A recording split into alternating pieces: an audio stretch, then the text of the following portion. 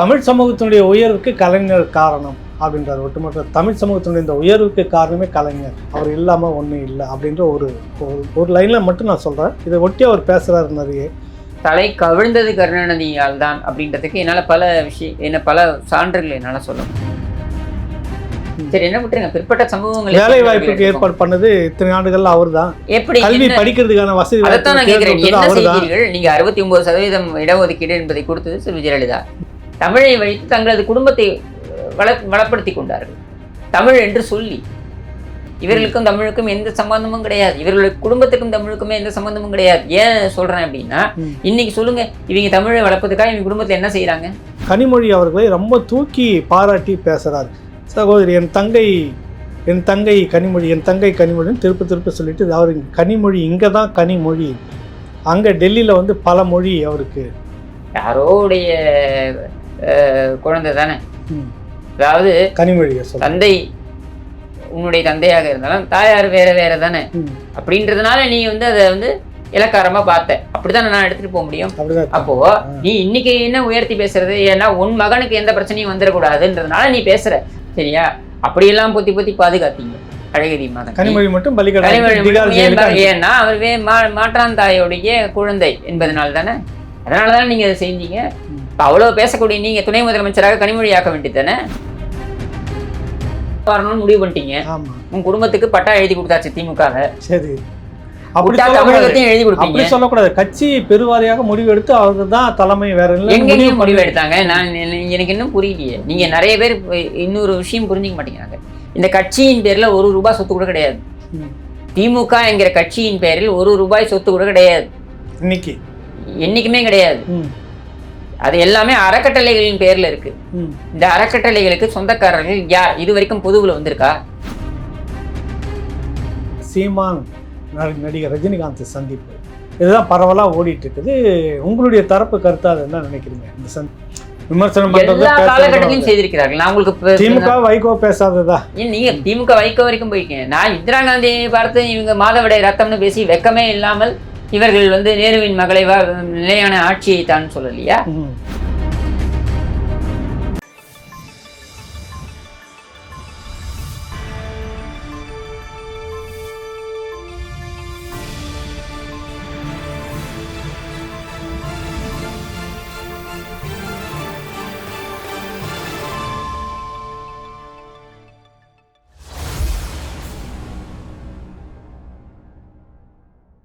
ராவணா பார்வையாளர்கள், தமிழ் உறவுகள் மற்றும் ராவணா நல விரும்பிகளுக்கு வணக்கம்.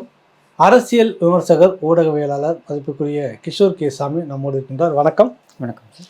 உங்களுடைய நேர்காணல் ராவணா பார்வையாளர்கள் மத்தியில் ஒரு நல்ல வைப்ரேஷன், ஒரு நல்ல வரவேற்பு, நிறைய விமர்சனங்கள் வந்து கருத்து பதிவு சிறப்பாகவே இருக்குது. முதல்ல அதுக்கு ஒரு வாழ்த்து உங்களுக்கு சொல்லிட்டு நடப்பு அரசியலுக்குள்ள வருவோம். எல்லா புகழும் ஏக்கலிமன் சாருக்கு. அப்படிலாம் ஒன்றும் இல்லை, எதுக்கு உட்காந்து யார் பேசுகிறாங்களோ அதை பொறுத்து தான் சார். இப்போ பேட்டி அப்படின்னாலே இப்போல்லாம் என்ன ஆயிடுச்சுன்னா, காரசாரமாக கொண்டு போகணுன்றதுக்காக அந்த விஷயங்கள் எதுவுமே கடத்தணும் அப்படின்ற ஒரு எண்ணமே இல்லை. நீங்கள் என்ன எப்படி மடக்கணும் அப்படின்றது தான் ஒரு நோக்கமாகவே இங்கே இருக்கக்கூடிய ஒரு பேட்டி எடுக்கக்கூடியவர்களுடைய நோக்கமாக இருக்குது. அப்போ தான் அது வேகம் வரும், அப்போ தான் அந்த அந்த அந்த இதை வந்து பார்ப்பாங்க எல்லாரும் அப்படின்னு சொல்லிட்டு தகவல்களுக்காக பார்க்கக்கூடியவர்கள். ராவணா தளம்ன்றது உங்களை எதுக்கு அழைச்சேன்னா, நீங்கள் பேசணும், அதான் கருத்தை அதை பதிவு பண்ணுன்றதுக்காகவே. உங்கள் கூட விவாதிக்கிறது வேற, அது விவாதம்ன்றது உங்களை பேச விட்டு விவாதிக்கணும், கேள்வி கேட்கணுன்றது தான் நம்ம பேச வர விஷயம். முதல் கேள்விக்கு வந்துடுறப்ப, மகாராஷ்டிரா அதுக்கு அடுத்தது ஜார்க்கண்ட், ரெண்டுலேயும் வந்து மகாராஷ்டிரா வழக்கம் போல் பிஜேபி மீண்டும் வந்திருக்குது, மிகப்பெரிய அளவில் இடத்த பிடிச்சிருக்காங்க. ஜார்க்கண்டில் காங்கிரஸ் வந்துருக்குது. இந்த காங்கிரஸ் வெற்றி அங்கே, இங்கே பாஜக வெற்றி, ரெண்டுமே எப்படி பார்க்குறீங்க இப்போ?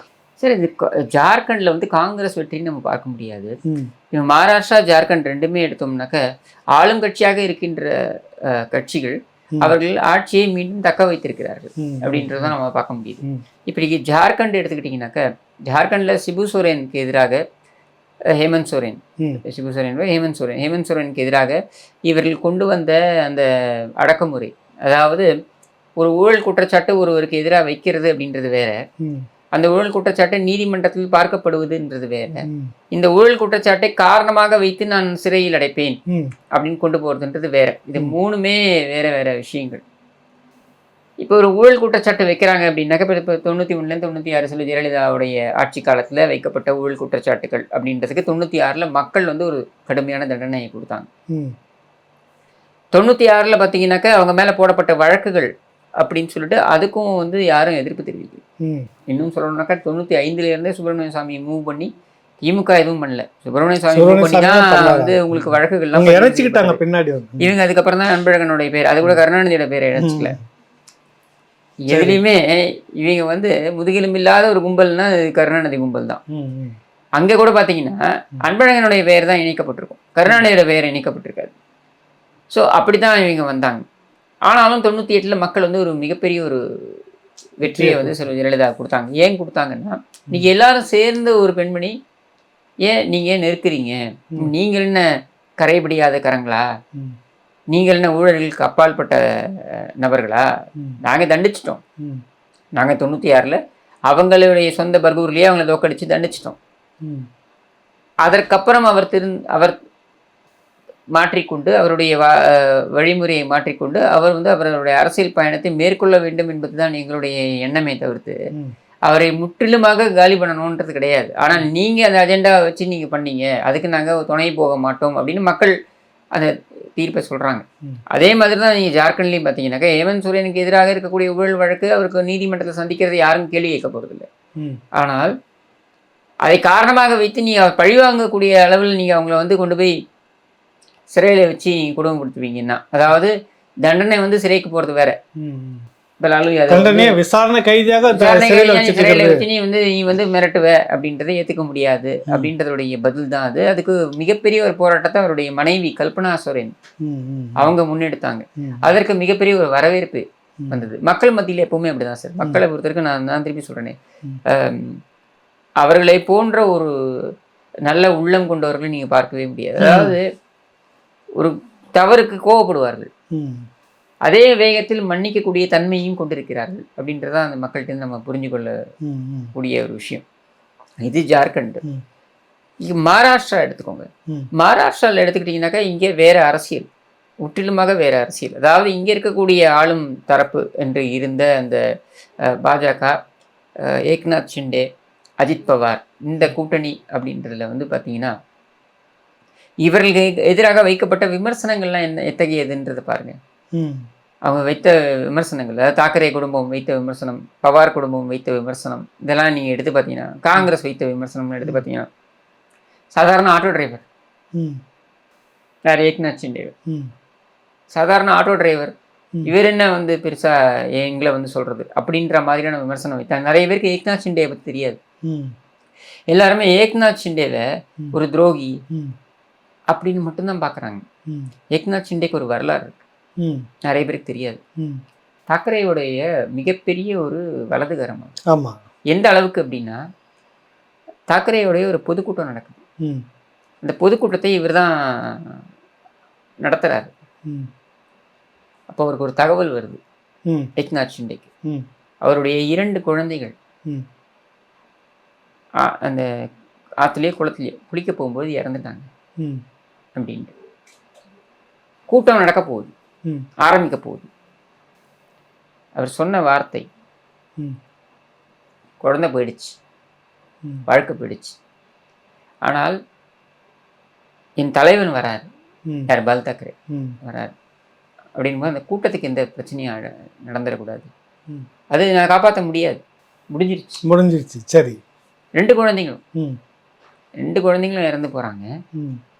ஆனால் நான் ஒரு சாதாரண ஆட்டோ டிரைவராக இருந்த என்னை இன்னைக்கு இந்த அளவுக்கு வளர்த்து விட்டுருக்கு பால் தாக்கரே, என் தலைவன், அவருடைய கூட்டம் தடைபடக்கூடாது அப்படின்னு சொல்லிட்டு அப்படிப்பட்ட ஒரு உன்னதமான ஒரு தொண்டன் அவர். அவரை இழந்தது ஒரு மிகப்பெரிய ஒரு லாஸ் தான். யாருக்கு? இவருக்கு, உத்தவ் தாக்கரேக்கு. ஸோ அவரை வந்து நீங்கள் ரொம்ப சாமானியமாக எடை போட முடியாது. அண்ட் அவர் வளர்ந்தது பார்த்தீங்கன்னாக்க அவருடைய பகுதி, அதாவது இந்த தானே அந்த பகுதியில் அவர் வளர்ந்தது அப்படின்றது பார்த்தீங்கன்னா ஒரு ஃபுட் சோல்ஜர் மாதிரி வளர்ந்து, ஒரு தொண்டன் மாதிரி வளர்ந்து வந்தவர் அவர்.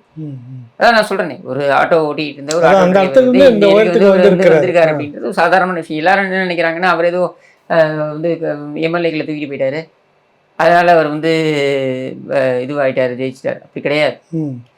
என்ன வருத்தம்னா, ம். அவரை போய் இந்த செந்தில் பாலாஜி மாதிரியான ஆட்களோட எல்லாம் ஒப்பிட்டு ம். செந்தில் தமிழ்நாட்டின் ஏக்நாத் ஷிண்டே எல்லாம் சொல்லும் பொழுதுலாம் நம்ம வருத்தமா இருக்கு. ம். ஏன்னா அவ்வளவு பெரிய உன்னதமான தொண்டன் அவர். அதான் நீங்க சொன்ன ஒரு உதாரணமே போதுமே. இதுக்கு மேல அந்த இழப்பை கடந்த ஒரு இழப்பு இருக்க முடியுமா? ஆக பால் தாக்கரே சரியான ஒரு நபரை தான் கட்சிக்குள்ள வளர்த்து எடுத்து வந்தாரு. ஸோ அப்படிப்பட்ட ஒரு ஏக்நாத் ஷிண்டே, அஜித் பவார் எடுத்துக்கிட்டீங்கன்னாக்க இன்னைக்கு வந்து சரத்பவார் அவருடைய மகள் சுப்ரியா சுலேவை வளர்த்து விட வேண்டும் என்று நினைத்தாலும் கூட சிறு வயதிலிருந்தே அரசியலில் ஈடுபாடு கொண்டு அவருடன் வளர்ந்து வந்த இவர் வந்து அஜித் பவார். அவரையும் வந்து இவங்க ஒதுக்கினாங்க. சுப்ரியா சுலேக்காக ஒதுக்கின காரணத்தினால அவர் தனியாக வந்து இருந்தார். அதே மாதிரி தேவேந்திர ஃபட்னாவிஸ், ஃபட்னாவிஸ் எடுத்துக்கிட்டிங்கனாக்க அவர் ஒரு பாஜகவுடைய ஒரு சாதாரண ஒரு காரியகர்த்தாவாக இருந்து மேலே வந்தவர். அவரும் பார்த்தீங்கன்னா தலைமை என்ன சொல்கிறதோ அதற்கு அப்படியே உடன்படக்கூடிய ஒரு நபர். 2019 இவங்க வெற்றி பெறுறாங்க, இந்த கூட்டணி வெற்றி பெறுது. ஆனாலும் விதர்பா, மகாராஷ்டிராவில் விதர்பான்ற பகுதியில் வந்துட்டு ஃபட்னாவிஸ் வந்து கிட்டத்தட்ட ஒரு எனக்கு தெரிஞ்சு ஒரு 60 தொகுதிகள் அங்கே இருக்குது அப்படின்னா, அந்த 60 தொகுதிகளில் 46லேருந்து 49 தொகுதிகள் வரைக்கும் பாஜக வைத்திருந்தது. அது வந்து 24 தொகுதிகள் கிட்ட வந்துருச்சு. அப்படின்னும் பொழுது நீங்கள் தான் வந்து உங்களால் தான் பாஜகவோட எண்ணிக்கை குறைந்தது அப்படின்னு சொல்ல வரும் பொழுது நீங்கள் வந்து முதலமைச்சர் வேட்பாளருக்கு ஒத்துக்க முடியாதுன்னு சிவசேனா தரப்பில் இருந்து சொல்கிறாங்க. அதை வந்து அது ஒரு துரோகம் தான். ஏன்னா என்ன சொன்னாலும் பாஜகவும் சிவசேனாவும் சேர்ந்து தான் தேர்தலை சந்திக்கிறாங்க. தேர்தலுக்கு முந்தைய கூட்டணி அது. தேர்தலுக்கு அப்புறம் நான் வந்து எனக்கு முதலமைச்சர் பதவின்னு கொடுன்னு கேட்டால் அதை எப்படி ஒத்துக்க முடியும் அப்படின்ற ஒரு நிலையில் அன்னைக்கு வந்துட்டு சிவசேனா வந்து சரத்பவாரோடையும் காங்கிரஸோடையும் இணைந்து அவங்க மகா விகாஸ் அகதி அப்படின்னு ஒரு கூட்டணியை உருவாக்கி அவங்க அந்த கவர்மெண்ட்டை ஃபார்ம் பண்ணுறாங்கன்றதை மிகப்பெரிய துரோகமாக அந்த மக்கள் பார்த்தார்கள். அதனுடைய விளைவு தான், அதோடைய விளைவுன்னு கூட சொல்ல முடியாது சார். ஏன்னா அதோடைய விளைவு நீங்கள் அப்படி விளைவுனா 2024 தேர்தலில், அதாவது 4-5 மாதங்களுக்கு முன்னர் நடந்த தேர்தலில் அவங்க மிகப்பெரிய வெற்றியை கொடுத்துருக்கணும் மக்கள். ஆனால் மக்கள் தோல்வியை கொடுத்தார்கள் பாஜகவுக்கும் அவங்களுடைய கூட்டணிக்கும், தேசிய ஜனநாயக கூட்டணிக்கு ஒரு தோல்வி. அப்படி இருந்தது. எப்படி இந்த இது மாறி 4 மாதத்துல எப்படி மாறியது அப்படின்னா இங்கே தான் நீங்கள் புரிஞ்சுக்கணும். கூட்டணிங்கிற எண்ணிக்கையை வைத்து, அதாவது சரத்பவார், காங்கிரஸ், உத்தவ் தாக்கரேயுடைய சிவசேனாவை, அதாவது தாக்கரே குடும்பத்துடைய கட்சி என்பதனை பறித்து கொண்டு விட்டார் ஏக்நாத் ஷிண்டே அப்படின்ற ஒரு சென்டிமெண்ட்டு. சரத்பவார் என்பவர் ஒரு மூத்த தலைவர் அப்படின்ற ஒரு சென்டிமெண்ட்டு. சுகர் பெல்ட்னு பார்க்கப்படுகிறது பாராமதி, அதை சுற்றி இருக்கக்கூடிய பகுதிகள், அங்கே அவருடைய கோல் வச்சக்கூடிய அவருடைய செல்வாக்கு இருக்கக்கூடிய பகுதிகள்னு சொல்லக்கூடியது காங்கிரஸ். இதை வைத்து நாம் வந்து ஜெயிச்சிடலாம், ஏன்னா கூட்டணி எண்ணிக்கைன்னு பார்க்கும்பொழுது நம்ம பக்கம்தான் பலம் இருக்கு அப்படின்ற அந்த அது தவிடுபடி ஆயிடுச்சு. அதை வந்து இவங்க எப்படி தகர்த்து எறிந்தாங்கன்னா, அஜித் பவார் அவருடைய எம்எல்ஏக்கள் எண்ணிக்கையை நான் பார்த்துக் கொள்கிறேன், அவர் தனியாக போயிட்டார், நான் பார்த்துக்கிறேன் அப்படின்ட்டு. ஏக்நாத் ஷிண்டே எனக்கு 56லேருந்து 60 தொகுதி கொடுக்குறீங்களா, அந்த 60 தொகுதிகள் நான் எப்படி 55 ஜெயிக்கலாம் நான் பார்த்துக்கிறேன் அப்படின்னு அவர் தனியாக ஒர்க் பண்ண போயிட்டார். பாஜகவை பொறுத்த வரைக்கும் நாங்கள் வந்து 91 தொகுதிகளுக்கு மேலே வெற்றி பெற வேண்டும் அப்படின்னு அவங்க இலக்காக வச்சு போயிட்டாங்க. 3 பேருமே சக்சீட் ஆயிட்டாங்க. அப்ப இந்த ஒருங்கிணைப்பு அங்க இல்ல. அவங்க வந்து நாங்கள் கூட்டணி பலம், அதனால ஆட்டோமேட்டிக்கா நாங்க வந்துருவோம், 4 மாதங்களுக்கு முன்னர் நாடாளுமன்ற தேர்தலில் நாங்கள் ஜெயிச்சிருக்கோம், அதனால நாங்கள் வந்துருவோம்னு நினைச்சாங்க. அப்படி கிடையாது அப்படின்றத இப்போ ப்ரூவ் பண்ணிட்டாங்க மகாராஷ்டிராவில் அப்படின்றத நம்மளால் பார்க்க முடியுது. அது மட்டும் இல்லாமல் திட்டங்கள் மிகப்பெரிய அளவில் மக்களிடம் போய் சேர்ந்திருக்கு அப்படின்றதையும் ஒரு காரணமாக சொல்கிறாங்க. ஆனால் திட்டங்கள் போய் சேர்ந்தாலும் கூட தோல்வியை தழுவிய மாநிலங்கள் இருக்குது. உதாரணத்திற்கு இப்போ ஆந்திரா எடுத்துக்கிட்டீங்கன்னாக்கா ஜெகன்மோகன் ரெட்டி எவ்வளவோ திட்டங்களை கொடுத்தார் மக்களுக்கு கொண்டு போய் சேர்றதுக்காக, காசு டைரக்டாக கொடுக்கறதுக்கு, ஆனாலும் தோல்வியை சந்தித்தார். ஸோ அதை மட்டுமே நம்ம காரணமாக சொல்ல முடியாது. ஸோ இதுல இருந்து நம்ம இந்த 4 மாதத்துக்குள்ள நிறைய திட்டங்களை அறிவிச்சது மோடி அரசு, அதனாலதான் அதான் சார். அப்ப ஜெகன்மோகன் ஜெயிச்சிருக்கணுமே, ஜெயிக்க முடியலையே. ஸோ அது விஷயம் கிடையாது. விஷயம் என்னன்னா, இவங்க 3 பேரும் ஏக்நாத் ஷிண்டேவா இருக்கட்டும், ஃபட்னாவிஸா இருக்கட்டும், அஜித் பவாரா இருக்கட்டும், இவங்க 3 பேருமே தனிப்பட்ட விதத்துல அவங்களுடைய செல்வாக்கை நிரூபிப்பதற்காக அவர்கள் உழைத்தார்கள். இப்போ விதர்பால பார்த்தீங்கன்னாக்கா அவர் டெலிவரி பண்ணிட்டார். அவர் டெலிவரி பண்ணதுனால இன்னைக்கு அவர் உரிமை கோர்றாரு. நான் 121 இடங்களோ 123 இடங்களோ இன்னும் எண்ணிக்கை போயிட்டு இருக்கு. 123 இடங்கள் கிட்ட, அதாவது 91 தான் ஜெயிப்பாங்கன்ற இடத்துல 123 இடத்துல பாஜக மட்டுமே ஜெயிச்சிருச்சு. 180 இது 288 சட்டமன்ற தொகுதிகள். ஸோ எனக்கு தெரிஞ்சு 148 150 எடுத்துட்டா இவங்க மெஜாரிட்டி வந்துடுதுன்றதுல 125 இடங்கள் வரைக்கும் பெறுவதற்கான தனியாகவே வராங்க பாஜக அப்படின்னும் பொழுது, அங்கே இருக்கக்கூடிய இண்டிபெண்டன்ஸ் அவங்க வந்து ஜெயிச்சிருப்பாங்க இல்லையா, அவங்களுடைய இதை பவர் ஆதரவு எடுத்துக்கிட்டா இவங்க யாருடைய இதுவும் இல்லாமல் ஜெயிக்கலாம். ஆனாலும் இவங்க வந்து ஏக்நாத் ஷிண்டேவுடனும் அஜித் பவாருடனும் அந்த கூட்டணியில் தொடர்வார்கள். அதுதான் ஒரு விஷயம். என்னன்னா இப்போ அங்கே எப்படி பார்த்தாலும் நாளைக்கே தெரிஞ்சிடும் கூட்டணி தான். மந்திரி சபையில் எல்லாருக்குமே வாய்ப்பு கொடுப்பாங்க. அப்படி ஒரு வாய்ப்பு தமிழ்நாட்டில் அமையவே அமையாதா அப்படின்னு ஒரு பெரிய கேள்வி ரொம்ப காலமாக ஓடிட்டு இருக்குது. ஒரு முறையும் இங்கே கூட்டணி வச்சுக்கிட்டே இருக்கிறாங்க. ஆனாலும் கூட்டணி கட்சிகளுக்கு அரசியல் அதிகாரத்தில் பங்கு இல்லை அப்படின்னு ஒரு குரல் வந்து இப்போதான் திருமாவளவன் அதுக்கான இது வந்து இன்னைக்கு இல்லை சார். கூட்டணி ஆட்சியை அமைக்கணும் அப்படின்றதுக்கான பேச்சு வந்துட்டு 1980களிலேயே வந்து நடைபெற்றது. நீங்க 80ல் பார்த்தீங்கன்னாக்கா திமுக எந்த அளவுக்கு டெஸ்பரேட்டாக போனாங்கன்னா, எப்படியாவது எம்ஜிஆர் ஆட்சி கலைக்க வேண்டும், அதுல இருந்து நம்ம வந்து ஆட்சி பீடத்துக்கு வரணுன்றதுக்காக எனக்கு தெரிந்து 116 தொகுதிகளை காங்கிரஸ் கொடுத்து 114 தொகுதிகளில் இவங்க நின்னாங்க. சரிபாதிக்குள்ள 2 தொகுதி கூடுதலா காங்கிரஸ் நின்னுச்சு. இவங்க 114 தொகுதியில் கருணாநிதி நின்னாரு. அந்த காலத்துல பாத்தீங்கன்னாக்கா முதலமைச்சர் வேட்பாளர் மட்டும் அறிவிக்கல. இப்போ முதலமைச்சர் வேட்பாளர் அறிவிக்கணும் அப்படின்னு சொல்லிட்டு இவர் இந்திரா காந்திகிட்ட பேசி அதுக்கப்புறம் சரி முதலமைச்சர் வேட்பாளர் கருணாநிதி தான் அப்படின்னு சொல்லி அவங்க அறிவிச்சாங்க. அப்படியும் ஜெயிக்கலன்னு வைங்க. பட் இந்த கூட்டணி கூட்டணிக்கு வந்திருக்கும் வர வேண்டும் என்று முயற்சி மேற்கொண்டார்கள். அதுக்கப்புறம் பார்த்தீங்கன்னாக்க எனக்கு தெரிஞ்சு 89ல் ஒரு வாய்ப்பு, 87ல் புரட்சித்தலைவர் எம்ஜிஆர் அவர்களுடைய மறைவிற்கு அப்புறம் ஒரு வாய்ப்பு ஏற்பட்டது. ஜானகி அம்மா ஆட்சிக்கு வரும்பொழுது அப்போ வந்து ஒரு கூட்டணியாக கொண்டு வரலாம் அப்படின்னு சொல்லிட்டு அது சிவாஜி கணேசனுடைய ஆதரவு எம்எல்ஏக்கள் அதை வந்து தகர்த்துட்டாங்க அப்படின்னு தான் சொல்லணும். இல்லைனாக்கா மூப்பனார் ஜானகி அம்மா மூப்பனார் அல்லது மூப்பனார் செல்வி ஜெயலலிதா இப்படின்னு சொல்லி ஒரு கூட்டணி அமைஞ்சிருக்கும். அது தகர்த்து எறிந்தது வந்து EVKS இளங்கோவன் தான் அதில் மெயின் ரோல் பிளே பண்ணார். சட்டமன்றத்தில் இருந்து வெளியில் நடப்பு செய்கிறார். அது ஒரு மிகப்பெரிய ஒரு டேர்னிங் பாயிண்டாக இருந்தது. அப்போ ஜானகி அரசாங்கம் விழுவதற்கும் அது ஒரு மிகப்பெரிய காரணமாக இருந்தது. இது எதுக்கு சொல்கிறேன் அப்படின்னா, தமிழ்நாட்டை பொறுத்த வரைக்கும் கூட்டணி அரசாங்கத்தை ஏற்படுத்துவதற்கு வாய்ப்புகள் நிறைய இருந்தது. 2011 பாமக விசிக ரெண்டுத்தையும் கூட்டணியில் வச்சுக்கிட்டு காங்கிரஸுக்கு 63 தொகுதியும் கொடுத்துட்டு மிகப்பெரிய மெகா கூட்டணி அப்படின்னு சொல்லிட்டு கருணாநிதி சந்தித்தார். அதில் பார்த்தீங்கன்னாக்கா எனக்கு தெரிந்து மெஜாரிட்டிக்கு ரொம்ப குறைவான தொகுதிகளில் தான் திமுகவே போட்டிக்கிட்டது. மீண்டும் ஒரு மைனாரிட்டி அரசாங்கத்தை ஏற்படுத்தலாம், 2006லேருந்து 2011 இருந்த மாதிரி மீண்டும் ஒரு மைனாரிட்டி அரசாங்கத்தை ஏற்படுத்தலாம்னு முயற்சி பண்ணாங்க. பட் அந்த முயற்சி எடுபடலை, தோல்வியில தான் அது போய் நின்னுது. ஸோ இங்க தமிழ்நாட்டை பொறுத்த வரைக்கும் மக்கள் என்னன்னா ஸ்திரமான ஒரு அரசாங்கத்தை தான் எதிர்பார்க்குறாங்க. அவங்க வந்து ஒரு கிச்சடி கவர்மெண்ட்னு சொல்லக்கூடிய ஒரு கூட்டணி அரசாங்கம் அப்படின்றத அவங்க விரும்பலை.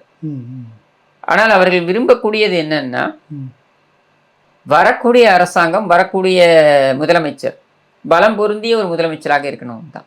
நீங்க தொடர்ந்து பாருங்க, அவங்க அப்படித்தான் கொடுத்துருப்பாங்க. 67 ராஜாஜி முயற்சித்தார்.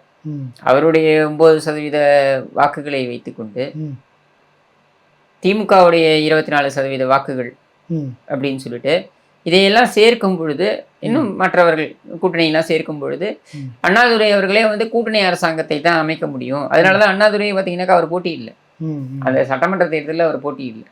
அப்புறம் தான் அவர் வராரு. அப்போ ஆனால் ராஜாஜி எதிர்பார்த்தது போல வரல, தீர்ப்பு மாறிடுச்சு, மக்களுடைய தீர்ப்பு. அதுல ஒரு மிகப்பெரிய ஒரு காரணம் என்ன அப்படின்னா, எம்ஜிஆருடைய இந்த குண்டு துப்பாக்கி பாய்ந்தது குண்டு அப்படின்னு சொல்றது சுட்டது. அது ஒரு மிகப்பெரிய ஒரு சிம்பத்தியை திமுக கொடுத்து கூடுதலான எண்ணிக்கையில திமுகவுக்கு இடங்களை அந்த கொடுத்து தேர்தல் தான் பெரிய அளவில் வராங்க அவங்க. தனிப்பெரும்பான்மைன்னு வந்துட்டாங்க அவங்க. அதாவது எதிர்பார்த்தது. அதான் இப்போ இங்கே வந்து என்னன்னா கூட்டணி கட்சிகள் இருக்குது ஒழி அதிகார பகிர்வு இல்லைப்ப. முதலமைச்சர் நீங்களாவே இருந்துக்குங்க, மற்ற அமைச்சர் பதவியை கூட்டணி கட்சிக்கு தரணும். நியாயமா டெல்லியில் கொடுத்துட்டோம். நடக்குது, மற்ற மாநிலங்கள் நடக்குது, இங்கே நடக்கலன்ற பேச்சு போகுது, இருக்கட்டும். இப்போ இன்னைக்கு கலைஞர் நூற்றாண்டு வினாடி வினா மாணவர்களுக்கான போட்டி இந்த இதில் இந்த நிறைவேறல. இன்னைக்கு ஸ்டாலின் அவர்கள் பேசும்போது முதலமைச்சர் தமிழ் சமூகத்தினுடைய உயர்வுக்கு கலைஞர் காரணம் அப்படின்றார். ஒட்டுமொத்த தமிழ் சமூகத்தினுடைய இந்த உயர்வுக்கு காரணமே கலைஞர், அவர் இல்லாமல் ஒன்றும் இல்லை அப்படின்ற ஒரு லைனில் மட்டும் நான் சொல்கிறேன். இதை ஒட்டி அவர் பேசுகிறாரு நிறைய. எல்லாமும் அவர் தான் அப்படின்றது மாதிரி தான் இன்றைக்கி இந்த அளவுக்கு உயர்ந்து இருக்குது.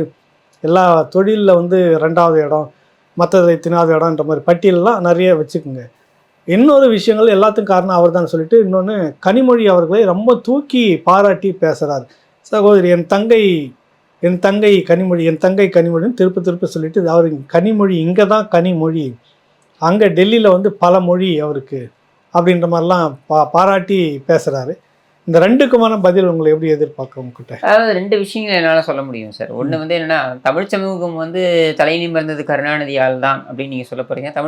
தமிழ் சமூகம் தலை கவிழ்ந்தது கருணாநிதியால் தான் அப்படின்றதுக்கு என்னால் பல சான்றுகள் என்னால் சொல்ல முடியும். எப்படி சொல்ல முடியும்? நீங்கள் எதையுமே அதாவது தமிழின் அடையாளம் கருணாநிதி அப்படின்றதே ஒரு திணிக்கப்பட்டிருக்கின்ற பிம்பம். நீங்கள் வரலாறை எடுத்து பாருங்க.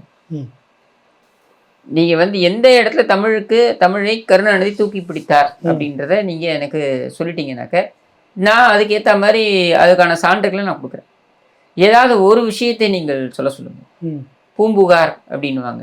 சரி, இந்த பூம்புகார்லாம் வந்து கருணாநிதி அரசியலுக்கு வருவதற்கு முன்னரே அது குறித்து பல ஆய்வுகள் நடத்தப்பட்டது. சரியா? ஸோ பூம்புகாரை கருணாநிதி எதுவும் பண்ணல. எனக்கு தெரிந்து கண்ணகியை ஏதோ ஒரு சண்டைக்காரி போன்று சித்தரித்தது மட்டும்தான் கருணாநிதியுடைய சாதனை. கண்ணகி நீங்கள் சிலப்பதிகாரம் உங்களுக்கு தெரியாது கிடையாது. சிலப்பதிகாரம் எடுத்து பார்த்தீங்கன்னா கண்ணகியே அந்த மதுரையை எரித்த அந்த பகுதி அப்படின்றது ஒரு சிறு பகுதி தான். அதற்கு முன்னரும் அதற்கு பின்னரும் பார்த்தீங்கன்னாக்க நிறைய இருக்கு. இன்னும் சொல்லணும்னாக்க கண்ணகி தெய்வாம்சம் பொருந்திய ஒரு தாயாக தான் இருக்காங்க. அது மட்டும் இல்லை, சேரன் செங்கோட்டும் வந்து அந்த சிலை வடிக்கும் பொழுது அந்த இமயத்திலிருந்து அந்த கல்லை வந்து 48 நாட்கள் ஒரு மண்டலம் கங்கையில் அதை வைத்து அங்கிருந்து எடுத்து வந்து இங்கே அந்த சிலையை வடிக்கும் பொழுதே பார்த்தீங்கன்னாக்கா தெய்வாம்சம் பொருந்திய ஒரு தாயாகத்தான் அவர் வடிக்கிறார். அது மட்டும் இல்லாமல் நீங்கள் அந்த கண்ணகி வரலாறு எடுத்து பார்த்தீங்கன்னாக்க அந்த சிலப்பதிகாரத்தோட இறுதி பகுதியிலே பார்த்தீங்கன்னா அசிரீரியாக கண்ணகி தோன்றுகிறார். தோன்றி அந்த மன்னனிடம் சொல்கிறார், சேரன் செங்குட்டுவனிடம் சொல்கிறார், நான் என்னுடைய அதாவது தந்தையாக ஏற்றுக்கொண்டு விட்டேன். யார? பாண்டிய மன்னனை என்னுடைய தந்தையாக ஏற்றுக்கொண்டு விட்டேன் அப்படின்னு சொல்றாங்க. இதுல வந்து அவரை வந்து நான் எந்த இடத்துலையும் நான் குற்றம் சொல்லலை. நான் அந்த சிலம்பை எடுத்துக்கொண்டு அவரிடம் நான் கேள்வி கேட்டது அப்படின்றது உண்மை. பட் அதற்கப்புறம் அவர் எப்பொழுது அவருடைய உயிரை மாய்த்து கொண்டாரோ அவரை நான் என் தந்தையாக ஏற்றுக்கொண்டு விட்டேன் அப்படின்னு சொல்லும்போது எந்த அளவுக்கான ஒரு இது இருக்கு. இதையெல்லாம் காண்பிக்கவே இல்லை. வெறும் சிலம்பையை எடுத்துட்டு போய் கண்ணகி சிலம்பையை உடைத்தாள், மதுரையை எரித்தாள் இப்படின்றத மட்டும் காண்பித்து, ஆமா இதுதான் நீங்க மரீனா கடற்கரையில் இருக்கக்கூடிய கண்ணகி சிலையை நீங்க என்னன்னு பார்ப்பீங்க? மன்னனை பார்த்து கேள்வி, நீதி தவறிய மன்னனை பார்த்து கேள்வி கேட்பது போல ஒரு சிலை காட்சியாதான். சரியா? நம்முடைய கேள்வி என்னன்னா, மன்னனை பார்த்து கேள்வி கேட்கக்கூடிய சிலையை நீ எதற்காக அங்க வைத்தாய், எப்பொழுது வைத்தாய்? 5ஆம் உலக தமிழ் மாநாட்டின் பொழுது நீ வைத்தாய். அதுல நீ காட்டிய அக்கறை அந்த கண்ணகி சிலை, அப்புறம் இன்னொரு சிலை, இந்த 2 சிலையை தவிர்த்து அண்ணா சிலை தவிர்த்து வேற எந்த சிலைக்கு நீ அக்கறை காமிக்கல. சரியா? இந்த கண்ணகி சிலைக்கு பின்னாடி ஒரு வரலாறு இருக்கு. மரீனாவில் இருக்கக்கூடிய அந்த கண்ணகி சிலை கல்பனா என்கிற ஒரு நடிகையை வைத்து வடிவமைக்கப்பட்ட சிலை. அதுக்கு பின்னாடி போனீங்கன்னா அது ஒரு பர்சனல் வரலாறு. நான் அதை விட்டுருங்க. நான் கேட்கறது என்னன்னா, யாரை பார்த்து நீதியை கேட்பதாக நீ அந்த சிலையை வடித்திருக்கிறாய்? அப்பொழுது யார் தமிழ்நாட்டை ஆண்டு கொண்டிருந்தது? பேரறிஞர் அண்ணாதுரை அவர்கள் ஆண்டு கொண்டிருந்தார். அவரை பார்த்து நீதி கேட்பது போல நீ அந்த சிலையை வடிவமைத்திருக்கிறார். அது பொதுவான ஆட்சியாளர்களுக்காக வைக்கப்பட்டது இல்ல. ஆட்சியில் மக்களுக்கான விரோத போக்கை செய்யக்கூடிய எந்த யார் ஆட்சி ஆட்சி நீதி செய்திருந்தா? கேட்கக்கூடிய ஆட்சி செய்தது அண்ணா, பேரறிஞர் அண்ணா. அப்ப அவருக்கு எதிராக நீ வைக்கிற மாதிரி தான் அந்த சிலையை நம்ம எடுத்துக்கணும். அடுத்தது, நீ அண்ணாதுரையோட சிலையை வைத்தீர்கள். எதற்காக வைத்தீர்கள்? அண்ணாதுரையோட சிலையை, ஒருத்தருடைய சிலையை வைத்தால் அவருடைய ஆயுள் குறையும் இப்படின்ற ஒரு நம்பிக்கை. இவங்க சென்னை கார்பரேஷன்ல அப்படிதான் காமராஜரோட சிலையை வச்சாங்க. உங்களுக்கு தெரியும், காஸ்மோபாலிட்டன் கிளப்புக்கு எதிராக வச்சாங்க. நேரு வந்து திறந்து வைத்தார். திமுக தான் வைத்தது அந்த சிலையை. இவங்க அதே மாதிரி கான்செப்ட்ல தான் அண்ணாதுரைக்கு சிலை வைத்தார்கள். சரியா? பட் அப்பனுடைய கேள்வி என்னன்னா, ஏன்னா இந்த சென்டிமெண்ட்லாம் கருணாநிதி பார்க்க மாட்டார் என்று சொல்வார்கள். அதெல்லாம் இல்லை, இந்த சென்டிமெண்ட் எல்லாம் அதிகமாக பார்க்கக்கூடியவர் கருணாநிதி. சரி, ரொம்ப பிந்தன கதை இருந்தாலும் சுவாரஸ்யமா சொல்லியிருக்கீங்க. இப்ப நடப்புல வந்து தமிழ் சமூகம் தமிழ் சமூகம் உயர்ந்தது காரணம் கருணாநிதினா நீங்க சொல்லுங்க. எதுல தமிழ் சமூகம் கருணாநிதியால் உயர்ந்தது? எல்லாருக்கும் வேலை, பொருளாதாரத்துல மெட்ராஸ் பிரசிடென்சி என்று இருந்த காலத்திலிருந்தே தமிழ் சமூகம் உயர்ந்துதான் இருந்திருக்கிறது. சரியா? என்னுடைய கேள்வி, தமிழ் சமூகம் கருணாநிதியால் உயர்ந்தது என்பதற்கு ஏதாவது ஒரு விஷயத்தை சொல்லுங்கள், ஏதாவது ஒரு சான்றை சொல்லுங்கள். இன்னைக்கும் நீங்க எவ்வளவு சொல்றீங்கல்ல, இன்னைக்கும் டைட்டில் பார்க் திறந்து வச்சுட்டு 6000 பேருக்கு வேலை. சதுப்பு நிலத்துல நீங்க திறந்தீங்க. டைட்டில் பார்க் என்பது சென்னை ஒட்டி இருக்கக்கூடிய சதுப்பு நிலத்தில் நீங்கள் திறந்து வைத்தீர்கள். இதனால எந்த பயனும் கிடையாது. இல்ல, இங்க பட்டாபிராம்ல திறந்து இப்ப திறக்கிறாங்க இல்லையா? அது யார் பண்ணது? அடிக்கல் நாட்டியது எடப்பாடி பழனிசாமி. ஆமா, அது திட்டம் வகுத்ததும் அவங்க. 80% திட்டம் முடிவடைந்ததும் அவங்களுடைய காலத்துல தான். நீ வெறும் ஸ்டிக்கர் தான் ஒட்டிக்கிற. நான் கேட்கறது, தமிழ் சமூகம் நீங்க சொல்ல போறீங்கன்னா, ஏன்னா நீங்க தமிழ் அப்படின்னு சொல்றீங்க இல்லையா? தமிழை எங்கே தூக்கி நிறுத்தினார் கருணாநிதி? ஒரே ஒரு பராசக்தி வசனத்தை மட்டும்தான் இவங்க பேசுறாங்களே தவிர்த்து எங்கே உயர்த்தினார் கருணாநிதி, எனக்கு அது சொல்லுங்கள்ன்றதான் என்னோட கேள்வி. நீங்க வள்ளுவர் சிலையை எடுத்துக்கோங்க. இந்த வள்ளுவர் சிலைக்கு பின்னாடி ஒரு மிகப்பெரிய வரலாறு இருக்கு. இந்த வள்ளுவர் சிலை அமைக்கப்பட்டிருக்கின்ற அந்த பாறை இருக்கு பாருங்க, அதற்கு நேர் எதிர்பாறையில தான் வந்து விவேகானந்தர் இதுவும் இருக்கு. விவேகானந்தர் பாறை வருவதற்கு காரணமாக இருந்தது பக்தவத்சலம். அதற்கப்புறம் அந்த காலகட்டத்திலே அந்த பாறையில் விவேகானந்தர் இது வர வேண்டும் என்பதற்கு கையெழுத்து போட்டவர் யாருன்னு பாத்தீங்கன்னாக்கா, அப்பொழுது மாநிலங்களவையில இருந்து திரு அண்ணாதுரை தம்பிமார்கள் தான் எழுதியிருக்காங்க. இதெல்லாம் வரலாறு. ஆதரவு கொடுத்தது இவங்க தான். ஏக்நாத் ரானடே தான் முன்னெடுத்தார் வந்தார். சரியா? அந்த பர்டிகுலர் கேம்பெயினை முன்னெடுத்தார். இப்போ வள்ளுவர் சிலைக்கு வருவோம். நீங்க அந்த இடத்துல ஒரு இதை ஏன்னா இந்த பர்டிகுலர் விவேகானந்தர் பாறை இடத்துலயே ஒரு சர்ச்சு கட்டணும் அப்படின்னு சொல்லிட்டு ஒரு முன்னெடுப்பு நடந்தது. அது நாளைக்கு அங்க ஒரு மத ரீதியான ஒரு பிரச்சனையை ஏற்படுத்தும் அப்படின்றதுனால அது கைவிடப்பட்டது. அதனாலதான் இந்த விவேகானந்தர் பாறை என்பதை முன்னெடுக்கப்பட்டது. சரி, அதுக்கப்புறம் இந்த பக்கம் அதற்கு எதிராக இங்கேயாவது நாங்க வந்து கட்டிக்கிறோம் அப்படின்னு இவங்க வந்த பொழுதுதான் அதற்கும் ஒரு முட்டுக்கட்டை போடுகின்ற வகையில கருணாநிதியிடம் அப்பொழுது வந்து இந்த ஏக்நாத் ரானடேவுடைய இந்த கோரிக்கை வைக்கப்பட்டது, வள்ளுவர் சிலையை வைக்கலான்ட்டு. வள்ளுவர் சிலைக்கு ஒரு அறிவிப்பு கொடுக்குறாரு. சரி, போடலாம். அறிவிப்பு மட்டும்தான் கருணாநிதி கொடுத்தார். அடிக்கல் நாட்டியது யாரு? இன்னைக்கும் அந்த கல் இருக்காங்க. எம்ஜிஆர் அவர்கள் தான் மொரார்ஜி தேசாயை அழைத்து வந்து அடிக்கல் நாட்டினார். அதுக்கப்புறம் பாத்தீங்கன்னாக்க அந்த சிலையை வடிவமைப்பதற்கு செல்வி ஜெயலலிதாவுடைய ஆட்சி காலம் எப்போ 91 வருது. 91 செல்வி ஜெயலலிதாவுடைய ஆட்சி வந்த உடனே, முதல் முறை அவர் ஆட்சிக்கு வந்த உடனே அவர் ஒரு குழு அமைக்கிறார். மணிநாகப்பா அப்படின்னு ஒரு சிற்பி அவர். ஆமா, மணிநாகப்பா கண்ணகி சிலை செய்தாரு அவருடைய மகன். மணிநாகப்பா வந்து என்ன ஜியு போப்போடைய சிலை கூட அவர் செஞ்சிருக்காரு. பாரம்பரியமிக்க ஒரு குடும்பத்தை சேர்ந்தவர்கள். அந்த மணிநாகப்பா குடும்பத்திடம் அது ஒப்படைக்கப்பட்டது. எப்படிப்பட்ட ஒரு சிலையை வடிவமைக்கணும்னு அவங்க பண்ணாங்க. வெங்கலத்தால் ஆன சிலை, அதுவும் அமர்ந்த கோலத்தில் வள்ளுவர். அதுல வள்ளுவருடைய அந்த உள்ளுக்குள்ள லிப்ட் எப்படின்னா, வள்ளுவருடைய அந்த ஓலைச்சுவடிகள் கையில் வைத்திருப்பார்.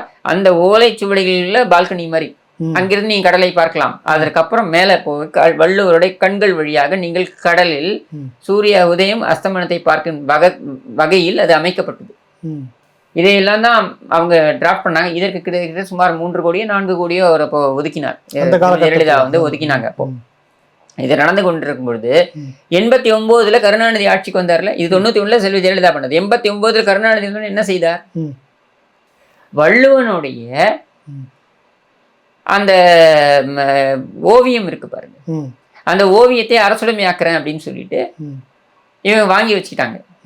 அண்ணாதுரை அவர்கள் 69 67 ஆட்சிக்கு வந்த உடனே போட்ட ஜியோக்கள்ல எனக்கு தெரிஞ்சு 6வது ஜியோ இந்த வள்ளுவர் சிலை, இந்த வள்ளுவர் ஓவியம், அதாவது அமர்ந்த கோலத்தில் இருக்கக்கூடிய அந்த வள்ளுவர் ஓவியம் வேணுகோபால் சர்மா என்பவர் வரைந்தவர். அவருடைய ஓவியம் பக்தவச்சலம் காலத்துல அது வந்து சட்டமன்றத்துல வந்து திறந்து வைக்கப்பட்டது. அந்த ஓவியத்தை அனைத்து அரசு அலுவலகங்களிலும் படமாக வைக்கணும் அப்படின்றது அண்ணாதுரை அவர்கள் கொண்டு வந்து அரசாணை. இந்த அரசாணை கிடப்பில் போடப்பட்டது எப்போ? 89. இது அரசுடைமையாக்கப்பட்டு எது வள்ளுவருடைய அந்த ஓவியம் அவர் தான் அதை கொண்டு வந்ததா இன்னைக்கு பேசிட்டு. அதுதான் சொல்றேன், எவ்வளவு பெரிய வரலாற்று பொய் பாருங்க. அதாவது அண்ணாதுரை கொண்டு வந்த அரசாணையை கிடப்பில் போடுவதற்கு முன்னர் வள்ளுவருடைய ஓவியத்தை இவங்க அரசுடைய காசு கொடுத்து வாங்கிடுறாங்க. வாங்கிட்டு அதை கிடப்பில் போட்டுறது, காலி பண்ணிடுறது. அதுக்குள்ளே இவங்க ஆட்சி போயிடுச்சு. இவன் 91 இந்த அம்மா வந்து இந்த வள்ளுவருடைய இந்த சிலைக்கு இந்த சிலைக்காக இவங்க மணிநாகப்பா வைத்து பண்ணலாம் அப்படின்னு இவர் திரும்பி 96 வராரு. இவர் திரும்பி அதை கையில் எடுக்கிறாரு. எடுக்கும் பொழுது மணிநாகப்பா குடும்பத்திடம் கருணாநிதி குடும்பத்தை சேர்ந்தவர்கள் அவங்க வந்து பேரம் பேசுறாங்க. மணிநாகப்பா குடும்பம் என்பது ஒரு பாரம்பரியம் மிக்க குடும்பம். அவர்கள் இந்த கையூட்டுக்கெல்லாம் வரமாட்டாங்க. நாங்கள் ஒத்து வர மாட்டோம்னு உடனே கணபதி ஸ்தபதி என்பவரை வைத்து அவசரமா உருவாக்கப்பட்டது அந்த வள்ளுவர் சிலை. இதுக்கு பின்னாடி அரசியல் வரலாறு. நீங்க அந்த வள்ளுவர் சிலையோட நான் அந்த போட்டோவை கொடுக்குறேன், நீங்க இதை பப்ளிஷ் பண்ணுங்க. வள்ளுவருடைய ஒரு சிலை என்றால் என்ன? ஒரு சிலை என்றால் முழுமை அடைந்திருக்க வேண்டும். எல்லா பக்கமும் முழுமை அடைஞ்சிருக்கணும். நீங்க ஒண்ணும் இல்ல, இந்த நவராத்திரி கொலு வைக்கிறாங்க, இல்ல பிள்ளையார் சதுர்த்திக்காக போய் நவராத்திரி கொலு கூட விட்டுருங்க. பிள்ளையார் சதுர்த்திக்காக போய் வாங்குறீங்களே, 10 ரூபாய்க்கு வாங்குறீங்க, இல்ல 8 ரூபாய் 5 ரூபாய்க்கு வாங்குறீங்கல்ல அந்த மண் சிலை, அதுவே பாத்தீங்கன்னாக்கா முழுமை அடைஞ்சிருக்கு. ஒரு பிள்ளையார் முன்னால் ஒரு முழுமை, இது முழுமையே அடையல. குட்டிச்சவர்களுக்கு வர வச்சிருக்காங்க. அந்த சிலையை நீங்க பாத்திருக்கீங்களா? பின்னால இருந்து பாத்திருக்கீங்களா? பின்னாடி வந்து ஒரு இதுவா இருக்கும். அது சிலை மேல ஒரு ஒரு ஒரு செவுரு மேல உட்கார்ந்துருக்க மாதிரி குட்டிச்சவரில் வள்ளுவரை அமர்த்தி வைத்ததுதான் கருணாநிதியுடைய சாதனை. இன்னைக்கு அதுக்கு வெள்ளி விழா கொண்டாடுறாங்க. நான் ஏன் சொல்றேன்னா, ஒரு சிலைக்கு யாராவது வெள்ளி விழா கொண்டாடி பாத்திருக்கீங்களா? இது சிலையா? முதல்ல அதுல பாத்தீங்கன்னாக்கா முகம் ஒரு அளவுகோல். சரி, தமிழ் சமூகத்துக்கு உயர்வு இல்லைன்னு நீங்க சொல்ல வரீங்க. நீங்க என்ன செஞ்சீங்க? இப்படி நான் ஒண்ணு சொல்லுவேன், வள்ளுவனை மழுங்கடிக்க இந்த அளவுக்கு நீங்க பேசுறீங்கல்ல உட்காந்துக்கிட்டு பேண்ட் ஷர்ட்டோட, பொருளாதார ரீதியா வசதியா, இதுக்கு எல்லாத்துக்கும் காரணம் அவர் தானே. அதுதாங்க நான் கேட்கிறேன். அவர் ஏன் பேண்ட் ஷர்ட் போடுறதுக்கு அவர் என்ன பண்ணாரு? சரி, என்ன விட்டுருங்க, பிற்பட்ட சமூகங்கள் வேலை வாய்ப்புக்கு ஏற்பாடு பண்ணது இத்தனை ஆண்டுகள்ல அவர் தான். எப்படி கல்வி படிக்கிறதுக்கான வசதி, அதைத்தான் நான் கேட்கிறேன். என்ன செய்தீர்கள் நீங்க? 69% இடஒதுக்கீடு என்பதை கொடுத்தது செல்வி ஜெயலலிதா. அதை 50% கொண்டு வந்தது புரட்சித் தலைவர் எம்ஜிஆர். அதை நீங்க 58% கொண்டு வரேன்னு சொல்லிட்டு நீங்க அரசாணைகள் தான் போட்டுக்கிட்டு இருந்தீங்க. அதை 9வது அட்டவணையில கொண்டு வந்தது யாரு? நீங்க என்ன கிழிச்சிங்க? ஒண்ணும் கிடையாது. அப்படி நீங்க கிழித்திருந்தால் மக்களை நான் என்னைக்குமே முட்டாள்னு சொல்ல மாட்டேன். நீங்கள் அப்படியெல்லாம் கிழித்திருந்தால் 11 சட்டமன்ற தேர்தல்கள்ல 7 சட்டமன்ற தேர்தல்களில் நீங்க ஏன் தோக்க போறீங்க? உங்களை ஏன் வீட்டுக்கு அனுப்புறாங்க? உங்களை ஏன் கூப்பிட உட்கார வைக்கிறாங்க? தொடர்ந்து எம்ஜிஆர் ஆட்சி காலத்தில் 12 ஆண்டுகள், ஜெயலலிதா ஆட்சி காலம், அதுக்கப்புறம் எடப்பாடி ஆட்சி காலம் பார்த்தீங்கன்னா 10 ஆண்டுகள். நீங்க ஏன் உட்கார்ந்துருக்கீங்க? ஏன்னா நீங்கள் தமிழகத்தின் மேம்பாட்டிற்கு எதையும் செய்ததில்லை. உங்களையும் மீறி தமிழ்நாடு மேம்பாடு அடைந்திருக்கிறது. ஒன்னொன்னுத்தையும் எடுக்கிறேன். நீங்க வள்ளுவரை இப்படிதான் கேவலப்படுத்தினார், கண்ணகியை கேவலப்படுத்தினார்கள். சரியா? இவர்கள் நீங்க கேவலப்படுத்தாத விஷயங்களே கிடையாது. தமிழ் படைப்புகள் அப்படின்றதெல்லாம் எடுத்து அசிங்கப்படுத்தியதுதான் இவங்களுடைய வரலாறு. நீங்க செம்மொழி மாநாடு நடத்தினாங்க. ஆமா, 5ஆம் உலக தமிழ் மாநாடு, அதுக்கு வேற மாதிரி பேரை மாத்தி நடத்துறாங்க. 8ஆம் உலக தமிழ் மாநாடு, 5ஆம் உலக தமிழ் உலக மாநாடு தான் அது ஆர்கனைஸ் பண்ணது. அப்புறமா செம்மொழி 3 முதலமைச்சர்கள் நடத்தினாங்க மாநாடு. என்ன 5ஆம் உலக தமிழ் மாநாடு புரட்சித் தலைவர் எம்ஜிஆர், அண்ணாதுரை இல்ல, அதுக்கு முன்னாடி 3ஆம் தமிழ் உலக தமிழ் நினைக்கிறேன், அவரு அண்ணாதுரை. 5ஆம் உலக தமிழ் மாநாடு புரட்சித் தலைவர் எம்ஜிஆர், 8ஆம் உலக தமிழ் மாநாடு செல்வி ஜெயலலிதா. இவங்க எல்லாருமே வந்து நடத்தினாங்க. நீ என்ன நடத்தின? நீ நடத்தினது செம்மொழி மாநாடு. அதுவும் உலக தமிழ் மாநாட்டுக்கு தான் ஏற்பாடு நடந்தது. அது வந்து அங்கீகரிக்கல அப்படின்னு ஒரு செம்மொழி மாநாடா இவருக்கு நடத்தி நொபோரோ கராஷிமான்னு நினைக்கிறேன், அவர் இறந்துட்டாரு. இப்போ அவர் ஒத்துக்க மாட்டேன்ட்டாரு. நீங்க எந்த ஆய்வும் இல்லாம உன் புகழை பாடுவதற்கு மட்டும் நீ நடத்த போறேன்னா நாங்க வந்து ஒத்துக்க முடியாது அப்படின்னு சொல்லிட்டாரு. அதுக்கப்புறம் தான் இவங்க செம்மொழி மாநாடு நடத்தினாங்க. இப்ப திருப்பி ஜனவரி 2025 இவர்கள் ஒரு மாநாடு நடத்த போகிறேன்னு சொல்கிறார்கள். அதுவும் பாத்தீங்கன்னாக்கா தமிழ் மாநாடுன்னு நடக்கும். அது உலக தமிழ் மாநாடு கிடையாது. உலக தமிழ் மாநாடு என்பதற்கு ஒரு மகத்துவம் இருக்கு. அது உன்னால எந்த காலத்திலையும் நடத்த முடியாது. கும்பலாலையும் நடத்த முடியாது. இதான் உண்மை. ஏனென்றால் தமிழை குழி தோண்டி புதைக்க முனைந்தவர்கள் நீங்கள். உங்களையும் மீறி தமிழ் தழைக்கும், அது வேற விஷயம். ஆனா உங்களுக்கும் தமிழுக்கும் என்ன சம்பந்தம்? பல்கலைக்கழகங்களா பல்கலைக்கழகத்துல எடுத்துக்கோங்க, இவங்க எந்த அளவுக்கு குளறுபடிகளை ஏற்படுத்தியிருக்காங்க தெரியுமா? சரி, தமிழ் பல்கலைக்கழகம் எடுத்துக்கோங்க. சண்முகநாதனா இவருடைய உதவியாளர் இருந்தார், அவருடைய மருமகனை ஒருத்தரை வந்து வைஸ் சான்சலரா போட்டிருந்தாங்க. தமிழ் பல்கலைக்கழகத்துல ஒதுக்கப்பட்ட நிதிகள் எல்லாத்தையும் இவர் செம்மொழி மாநாட்டுக்கு ஒதுக்கினார். அங்க என்ன நடந்தது? ஒரு பேத்தி வீணை வாசிக்குது, ஒரு பேத்தி கவிதை படிக்குது, இதான் நடந்தது. இதுல ஒரு பெரிய ஒரு அசிங்கம் நடந்தது. நீங்க கேள்விப்பட்டிருப்பீங்கன்னு நினைக்கிறேன். இவங்களுக்குலாம் அந்த அசிங்கம் கூட கிடையாது. நீங்க கயல்விழி யாரு? அழகிரியுடைய மகள். அவங்க படிக்கிறாங்க. கவிஞர்கள் எல்லாம் உட்கார்ந்துருக்காங்க. கருணாநிதி அமர்ந்திருக்கிறார். இவங்க படிக்கிறாங்க. படிக்கும்பொழுது அந்த கவிதையை வாசிக்கிறாங்க. இந்த கவிதையில யாரோ எழுதி கொடுத்துருக்காங்க. அதுல பாஸ் அப்படின்னு போட்டிருப்பாங்க. பாஸ்னா இங்க நிறுத்துக, நிறுத்தி அடுத்த வரி படிக்கன்னு. அந்த பாஸ் என்பதையும் சேர்த்து படித்தார். சரியா? நடந்துச்சு. எல்லாரும் சிரிச்சுட்டாங்க. இதுக்கு கருணாநிதி என்ன சொல்லியிருக்கணும்? யாரோ எழுதியதை நீ படித்திருக்க கூடாதுன்னு சொல்லியிருந்தா நீ யோகியன். ஏன்னா இந்த தமிழ் சமூகம் அப்படிப்பட்ட சமூகம். தன்னுடைய சொந்த மகனே இருந்தாலும் தேர் சக்கரத்தில் ஏற்றி நீதியை நிலைநாட்டிய ஒரு சமூகம். மனுநீதி சோழனுடைய அந்த வழி வந்த சமூகம். நீ என்ன பண்ண? மேலே வந்து நின்றுட்டு அடுத்த முறையில இந்த மாதிரி படிக்கும்போது ஒழுங்கா பார்த்து படிக்கணுமா? அதாவது நீ செய்யக்கூடிய திருட்டுத்தனத்தை பார்த்து கவனமாக செய் அப்படின்னு சொல்றதுக்கு நீ மொழி மீது ஆர்வம் இருக்கிறவங்க சொல்ல மாட்டாங்க. தவறுனா தவறுன்னு கடுமையாக விமர்சனம் பண்ணுவாங்க. ஜெயகாந்தன் திமுக பிரிவில் தான் அவருக்கு ஆர்ட் ஆப்ரேஷனாக பண்ணி செத்து பழச்சி வந்தோடனே கனிமொழி வந்து ஒரு புத்தகம் வெளியிடுது. மிகப்பெரிய அளவில் அதுக்கு ஏற்பாடு பண்ணியிருந்தாங்க. நாங்கள் போயிருந்தோம் பத்திரிகையாளராக. முன்வரிசையில் உட்காந்துட்டு இருக்கிறோம். வைரமுத்து, ஜெயகாந்தன், மிக பிரபலமான ஆட்கள்லாம். ஜெயகாந்தன் வந்து நின்னார். இந்த உயிர் எனக்கு இப்போ வந்திருக்குதுன்னா அது இவங்களுடைய உதவி, அதெல்லாம் நான் மறுக்கலை அப்படின்னு சொல்லி பேசிட்டு, இந்த புத்தகத்தை நான் படிக்கிறேன், கவிதை, அது கவிதை படிக்கிறேன் புரியவே இல்லை, கவிதை போட்டு கிழிச்சு தொங்க விட்டு போயிட்டாரு. அது எதுக்குன்னா அந்த இலக்கியவாதி எழுத்தாளன் எப்படி இருந்தான்றதை காட்டுறேன். ஒரு சுவாரஸ்யமான ஒரு சம்பவம் இருக்கு. நீங்க ஜெயகாந்தனை பத்தி சொன்னதுனால 2015 ஒரு சில காரணங்களுக்காக, அதாவது என்னன்னா எனக்கு கொஞ்சம் எக்ஸ்போஷர் வரணும், தேசிய அளவில் அரசியல் எப்படி நடக்குது அப்படின்னு எக்ஸ்போஷர் வரணுன்றதுக்காக காங்கிரஸ் கட்சியுடைய அந்த ஐடி விங் இருந்தாங்க இல்லையா, அப்போ வந்து தமிழ் மகன் ஈவேரா, அதாவது ஈரோடு கிழக்குடைய அந்த எம்எல்ஏ மறைந்து தமிழ் ஈவேராவோட கொஞ்சம் எனக்கு உதவலாம் அப்படின்னு சொல்லிட்டு அவருக்கு நிறைய இன்புட்ஸ்லாம் கொடுக்கறதுக்காக நான் வந்து அடிக்கடி சத்தியமூர்த்தி பவனுக்கு போயிட்டு இருந்தேன். அப்போ இளங்கோவனோடையும் எனக்கு நல்ல ஒரு பழக்கம் ஏற்பட்டது, EVK இளங்கோவன். அப்போ அவர் தான் காங்கிரஸ் தலைவர். ஜெயகாந்தன் மறைந்து விட்டார். ஜெயகாந்தனுடைய இரங்கல் நிகழ்ச்சி. இந்த இரங்கல் நிகழ்ச்சிக்கு கனிமொழியை அழைக்கிறார்கள் சத்தியமூர்த்தி பவன். பின்னாடி ராஜீவ்காந்தி அரங்கம்னு இருக்கு, சத்தியமூர்த்தி பவன்ல அழைக்கிறாங்க. இதுக்கு என்ன எனக்கு கோபம் வந்தது அப்படின்னா, அங்கிருந்து நான் வெளியேறேன். என்ன கோபம் வந்ததுன்னா, கட் அவுட்டு இரங்கல் நிகழ்ச்சிக்கு யாராவது கனிமொழிக்கு கட் அவுட் வைப்பாங்களா? சத்தியமூர்த்தி பவனுக்குள்ள வருக வருகன்னு போட்டு யாராவது வருக வருகன்னு அழைப்பாங்களா இரங்கல் நிகழ்ச்சிக்கு? இப்படி வராங்க, இவங்க வராங்க. அங்கே இளங்கோவன் பேசுகிறார். என்ன சொல்கிறாருன்னா, எடுத்த உடனே நான் கூட ஜெயகாந்தனை பற்றி பேசுவார் அல்லது கனிமொழியுடைய புலமையை பற்றிலாம் பேசுவார்னு பார்த்தா, எடுத்த உடனே 2 பெண்கள் நடு வீதியில் உடம்பு முழுக்க நகைகளை அணிந்து கொண்டு நடந்து சென்ற பொழுது அப்படின்னு ஆரம்பித்தார். எனக்கு புரியவே இல்லை. இதற்கும் ஜெயகாந்தனுக்கும் என்ன சம்பந்தம் இருக்க முடியும்? ஜெயகாந்தனுக்கும் கனிமொழிக்கும் என்ன சம்பந்தம் இருக்க முடியும் தெரியல. நான் வாழ்நாள் முழுவதும் திராவிட இயக்கங்களை எதிர்த்தவர் அப்படின்னு இருக்கும் பொழுது, அப்போ நான் அங்கேருந்து வெளியேறேன். இது ஒரு உங்களுடைய நோக்கம் வந்து சரியானது இல்லை அப்படின்னு சொல்லிட்டு அங்கேருந்து வெளியேறேன். எதுக்கு நான் சொல்ல வரேன் அப்படின்னா, தமிழுக்காக செய்தார் அப்படின்னு சொல்லிட்டு இங்க ஒரு பரப்புரை நடக்குது. இந்த பரப்புரையே தவறான பரப்புரை. இந்த வள்ளுவர் கோட்டம் கட்டினாங்க, நீங்க சொல்லுங்க, வள்ளுவர் கோட்டம் கட்டினாங்க. இந்த வள்ளுவர் கோட்டம் ஒரு நுங்கம்பாக்கம் ஏரியின் மீது கட்டப்பட்டது. ஓடாத ஒரு கல்தேரை இவர்கள் வைத்தார்கள். சரியா? இந்த ஓடாத கல்தேரை வைத்து வேற என்ன சாதனையை இவர்கள் செய்தார்? எதுவுமே கிடையாது. சரியா? அந்த வள்ளுவர் கோட்டத்தில் பதவி ஏற்றுக்கிட்டார். எப்போ? 1989 பதவி ஏற்றுக்கிட்டார்.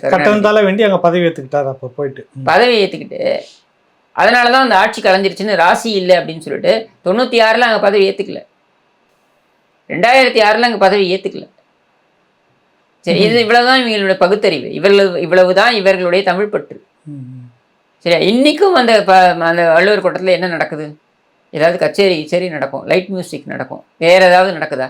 தமிழுக்கு உபயோகமான விஷயங்கள் ஏதாவது நடக்குதா? எதுவும் கிடையாது. அப்போது இந்த மாதிரியான விஷயங்களை எல்லாம் கட்டி வைத்து, நான் கண்ணகி சிலையை கட்டினேன், அதனால் எந்த பயனும் கிடையாது, கலாச்சாரத்தை சீரழிப்பதற்காக நீ அந்த அடையாளமாக அதை வைத்திருக்கிறாய். நாங்கள் வைத்தது தெய்வாம்சம் பூர்த்திய தமிழ் சமூகம் வைத்தது என்ன? அதே மாதிரி நீ வள்ளுவன் சிலை என்று ஒரு உண்மையிலேயே சொல்லணும்னாக்க அது சிலை என்றே சொல்ல முடியாது, புடைப்பு சிற்பம். சரியா? அது என்ன 3 விரல், இந்த பக்கம் மனைவி இணைவி துணைவியை குறிக்குமா? அதனே இந்த பக்கம் ஓலைச்சுவடிகள் சர்க்காரிய அறிக்கைகளை குறிக்குமா? ஏன்னா அது வள்ளுவனே கிடையாது. வள்ளுவனுக்கு தாவணி மாட்டியவர் கருணாநிதி. நீங்க அதில் பாருங்க, அந்த சிலையை பாருங்க, இந்த பக்கம் மேலே போகிறது, பின்னாடி அந்த அங்கவஸ்திரம்னா பின்னாடி வரணும் இல்லை, வராது. அப்போ அது தாவணி. என்ன இவ்வளவுதான் நீங்கள் செய்தது.